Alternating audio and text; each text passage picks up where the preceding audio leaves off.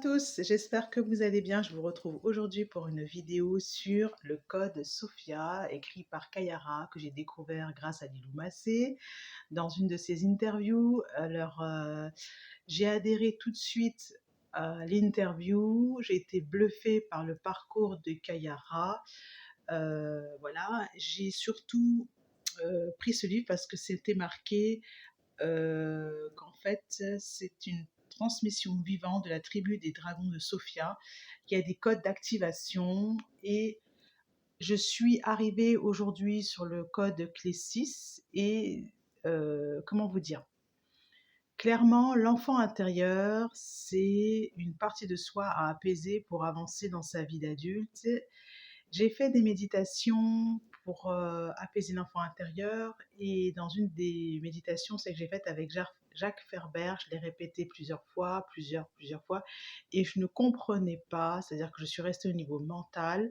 Certes, j'étais apaisée, mais là, quand j'ai lu le code de clé 6 avec Guan Ying, j'ai mieux compris ce qu'on appelle se demander pardon d'avoir été enfant. Et c'est vraiment ce que je voulais partager avec vous. C'est tellement bien écrit, tellement plus limpide. Mais attention, il faut s'accrocher pour la lecture de ce livre, donc ne lâchez pas avant la fin. Moi, je regardais, j'ai lu tout ça avant de me dire, ok, c'est un livre qui me sert, parce que je comprends, je ressens ce qui est dit, je ressens le principe, mais j'ai pas l'impression. Alors si, j'ai eu l'impression au début que quelque chose se passait à l'intérieur de moi, c'est-à-dire qu'il y a moins cette ouverture vers l'extérieur, mais on revient plus vers soi. Mais il y a eu un moment où franchement j'ai trouvé que c'était très dense, j'avais quand même vraiment du mal à comprendre pourquoi je lisais.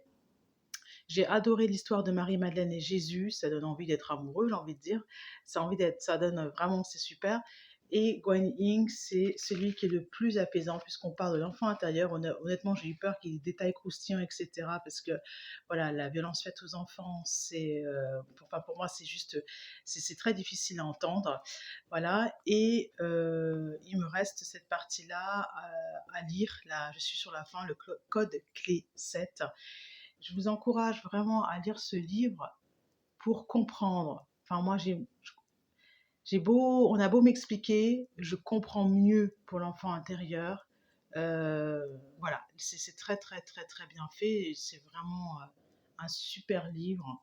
C'est à avoir, en fait. Voilà. Et puis on peut lire, re-relire. Je relirai le Code Clissis.